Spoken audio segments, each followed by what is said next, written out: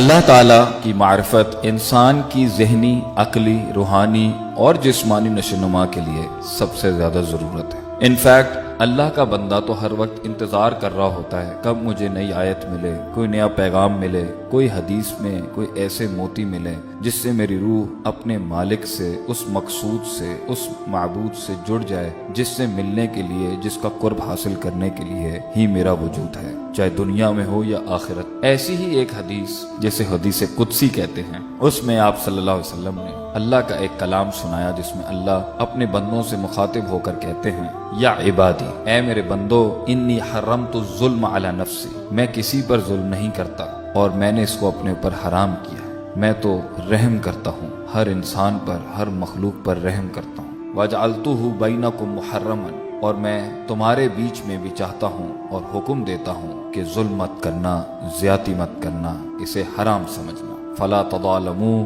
اور کسی قسم کا ظلم مت کرنا۔ یا عبادی کلکم ضال، تم سب کے سب میرے بندوں گمراہ ہو، رستے کی تلاش میں ہو، تم سب ڈھونڈ رہے ہو، جس کو ملا یا جس نے پایا میں ہی ہوں جو اسے گائیڈ کرتا ہوں، اندھیروں سے اسے روشنیاں دکھاتا ہوں، ان وادیوں سے شک شبہات کی یقین میں لے کے جاتا ہوں، وہ ہم ہیں۔ فاستہدونی، تو تم ہدایت مجھ سے طلب کیا کرو، اہدکم، میں ہی رستہ دکھا سکتا ہوں۔ یا عبادی کلکم جائع،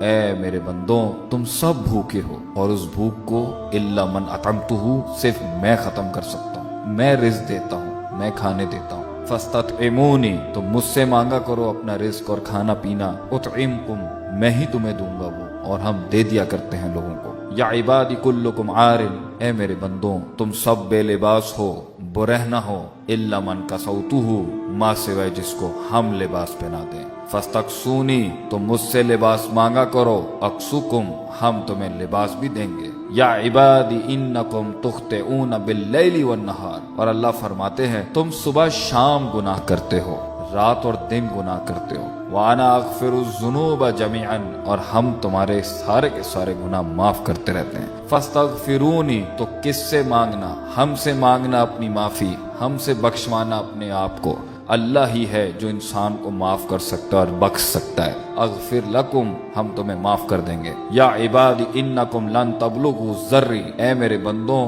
تم کسی نقصان کے مالک نہیں کہ تم مجھے نقصان پہنچا دو، ولن تبلغوا نفعی فتنفعونی، اور تم کسی نفع کے مالک نہیں کہ تم مجھے نفع پہنچا دو۔ یا عبادی لو ان اولکم وآخرکم وانسکم وجنکم، اے میرے بندوں تمہارے پہلے اور بعد میں آنے والے، تمہارے انسان اور تمہارے سارے جنات، اگر سب کے سب نیک بن جائیں اور ہمیں سجدہ دے دیں اور ہماری ہر بات کی اطاعت کر لیں، ما زاد ذالک فی ملکی شیئا، تو یہ میری ملکیت اور بادشاہت میں کسی چیز کا اضافہ نہیں کرے گی۔ یا عبادی، اے میرے بندوں لو ان اولکم وآخرکم وانسکم وجنکم، اور تمہارے پہلے اور بعد میں آنے والے انسان اور جن سارے کے سارے، کانوا علی افجر قلب رجل واحد،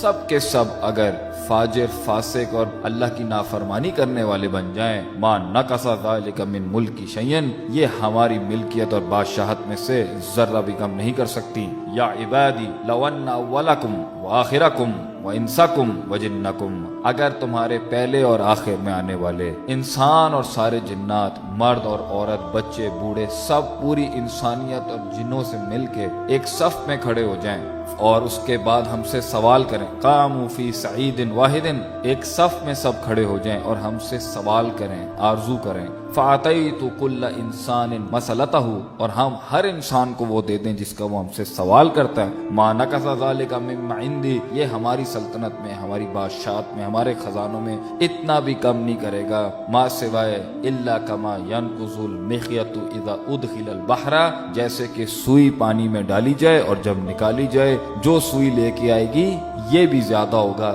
اس سے بھی کم ہمارے خزانوں میں کمی نہیں ہو سکتی۔ یا عبادی، اے میرے بندوں انما ہی اعمالکم، یہ ہے تمہارے اعمال، احصیھا، میں انہیں جمع کر رہا ہوں، لکم، تمہارے لیے، ثم اوفیکم ایاھا، ہم اس کی جزا دیں گے تمہیں اس سارے سلسلے کے بعد۔ فمن وجد خیرن، جس نے اینڈ میں آخر میں اختتام میں اس کہانی کے خیر پایا، جنت پائی، جزا ملی، فَلْيَحْمَدِ اللَّهِ، تو اسے اللہ کی حمد بیان کرنی چاہیے، کیونکہ اس میں بھی ہماری ہی تعریف ہے کہ ہم نے تمہیں ہدایت دی، لباس دیا، سمجھ دی، رحمت بھیجی ہم نے تمہاری طرف، نصیحت بھیجی، قرآن، حدیث، دعوت، علماء، اور پھر نبی بھیجا ہم نے تمہاری طرف، تو ہم تو ہماری ہی ہونی چاہیے۔ وَلَهُ الْحَمْدُ فِي الْأُولَى وَالْآخِرَةِ، اللہ کی تب بھی ہم تھی جب کچھ نہیں تھا، اور تب بھی ہم ہوگی جب کچھ نہیں ہوگا۔ اور اللہ آگے فرماتا ہے وَمَنْ وَجَدَ غَيْرَ ذَلِكَ، اور اگر کسی کو اینڈ میں اختتام میں برا انجام ملے، جہنم ملے، فَلَا يُلُومَنَّ إِلَّا نَفْسَهُ، تو اسے نہیں چاہیے کہ ملامت کرے اور کوسے سوائے اپنے آپ کو، کیونکہ اللہ تعالیٰ قرآن میں فرماتا ہے اِنَّا هَدَيْنَاهُ سَبِيلًا، ہم نے رستہ دکھا دیا، اما شاکرا و اما کفورا، تم قبول کر لو یا انکار کر دو، فیصلہ تمہارا ہوگا، سزا جزا ہماری ہوگی۔ اللہ تعالیٰ کی ذات پر ہمیں غور و فکر کرنا چاہیے، اتنا طاقتور رب اور اتنا کریم، علیم، سمیع، بصیر، لطیف، قوی اور عزیز رب، ہمیں اس سے ڈرنا بھی چاہیے جیسے اس کا حق ہے، اور ہمیں اس سے محبت کرنی چاہیے جیسے اس کا حق ہے، اس سے امید رکھنی چاہیے جیسے اس کا حق ہے۔ اور اس آیت کے مصداق میں ہمیں شرم بھی آنی چاہیے کہ اللہ فرماتا ہے وَمَا قَدْرُ اللَّهَ حَقَّ قَدْرِهِ، لوگوں نے ہماری پھر بھی قدر نہیں کی جیسے ہماری قدر کا حق تھا۔ اللہ تعالی ہمیں اپنا نیک عبد اور غلام بننے کی توفیق عطا فرمائے، آمین۔